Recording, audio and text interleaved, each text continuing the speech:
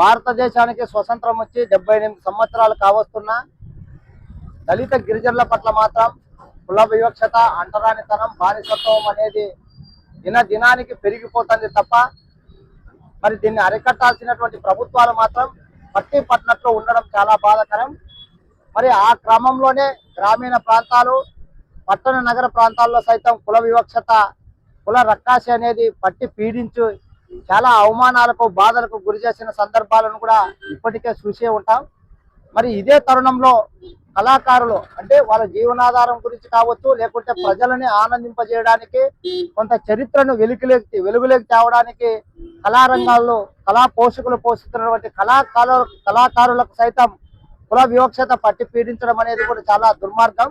మరి ఆ క్రమంలోనే కళాకారులైనటువంటి ఆదిమూర్తి, నరహరి అనే ఇద్దరు కళాకారులు ఈ పౌరాణిక నాటకంలో వేషాలు వేస్తూ జీవిస్తూ బతుకుతుంటారు.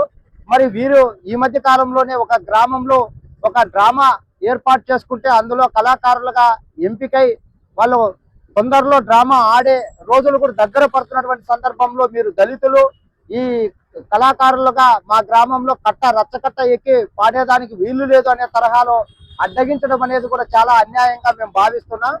మరి ఇటువంటి వాటిపై పోలీసులు కానీ ప్రభుత్వం కానీ ఏం సమాధానం చెప్తాదో కూడా వేచి చూడాలి. మరి కళాకారులుగా వాళ్ళకి కులం లేదు, మతం లేదు. ప్రజల కోసం వాళ్ళు కళాకారులుగా కళలను పోషించి వినోదింపజేసే విధంగా ఉంటుంటారు. మరి అటువంటి వారిని సైతం ఈ కుల రక్కాసి పీడించే విధంగా కులాలుగా వాళ్ళని విభజించి వివక్షతకు గురి చేయడం అనేది కూడా ఎంతవరకు సమంజసం అని చెప్పేసి మేము అడుగుతున్నాం. మరి దీనికి ముఖ్యంగా ఆ డ్రామాకి ఎవరైతే హార్మోనిస్ట్ గా వ్యవహరిస్తుంటాడో ఆయన కూడా ఒక మొన్నటి వరకు ఎస్సీ సామాజిక వర్గానికి సంబంధించిన వ్యక్తే. మరి ఆయనతో అయితే ఆ నాటకాన్ని ప్రదర్శించుకోవచ్చు. ఈ దళితులు నరహరి, ఆదిమూర్తి మాత్రం కట్ట ఎక్కి పాడకూడదు అనే రీతిలో గ్రామానికి సంబంధించినటువంటి కొంతమంది వ్యక్తులు మరియు ఈ హార్మోనిస్ట్ కూడా అట్లా వాళ్ళకి అడ్డగింపుగా మాట్లాడడం అనేది కూడా ఎంతవరకు కరెక్ట్ అని చెప్పేసి మేము అడుగుతున్నాం. మరి దీన్ని బట్టి చూస్తే మేము ఖచ్చితంగా ఆత్మకూరు మండలం సనప గ్రామంలో ఈ సంఘటన జరుగుతుంది. గతంలో కూడా ఒక కళాకారుడు ఆ డ్రామాలో చివరి సమయంలో అంటే కట్ట ఎక్కి పాడే సమయంలో దళితుడు అని తెలిస్తే ఆయన ముఖానికి రంగు పూసుకుంటే కూడా ఆయన తుడివేసించి నువ్వు దళితుడు, నువ్వు పాడడానికి వీలు లేదని చెప్పేసి అడ్డు చెప్పడం కూడా జరిగింది. మరి సమాజంలోని ప్రతి పౌరుడు గమనించాలి, మనుషులంతా ఒక్కటే.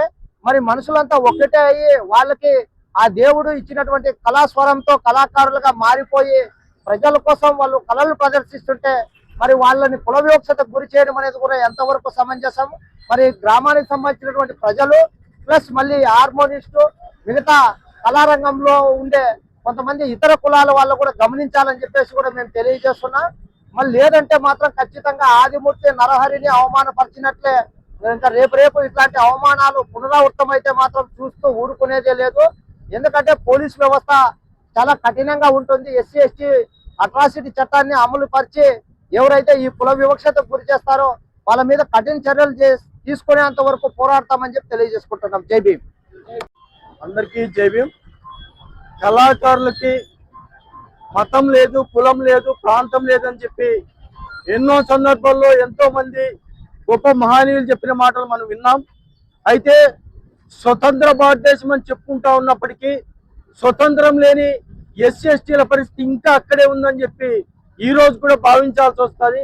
మరీ ముఖ్యంగా 2 గ్లాసుల పద్ధతి నుంచి ఈ రోజు దేశంలో ఉన్నటువంటి అత్యుత్తమైన పదవుల్లో మన వాళ్ళు ఉన్నప్పటికీ కూడా ఇంకా కుల వివక్షత, కులాలు పట్టుకొని పాకులాడుతున్నటువంటి వ్యక్తులు ఎవరైతే ఉన్నారో వారిపైన కఠినంగా శిక్షించాల్సిందిగా ఈ యొక్క ప్రభుత్వానికి, పోలీస్ యంత్రాంగానికి విజ్ఞప్తి చేస్తా ఉన్నాం. మరీ ముఖ్యంగా ఎక్కడే కాదు, ఎక్కడో మారుమూల ప్రాంతమో, మారుమూల గ్రామంలో ఎక్కడో జన సంచారం తక్కువగా ఉన్న ప్రాంతాల్లో ఎక్కడో జరిగిందంటే ఒకంత ఆలోచించాలి.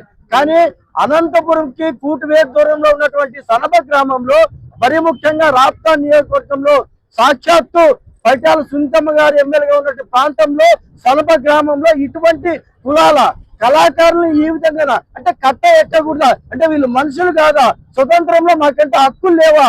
ఆ మహనీయులు డాక్టర్ బాబాసాహెబ్ అంబేద్కర్ ఇచ్చిన రాజ్యాంగ స్ఫూర్తితో హక్కులతో ఎక్కడైనా సరే మనం స్వేచ్ఛగా బ్రతకడానికి, మాట్లాడడానికి, కళలను ప్రోత్సహించుకోవడానికి మనకున్న ఏవైతే వెసులుబాటు ఉంటాయో అన్ని కూడా ఉపయోగించుకోవాలని చెప్పేసి భారత రాజ్యాంగంలో ఉంటే ఈ రోజు ఇంత దారుణంగా, ఇంత ఘోరంగా, ఇంకా అవమానం గురి చేయడం అంటే చాలా బాధాకరం, చాలా శోచనీయం.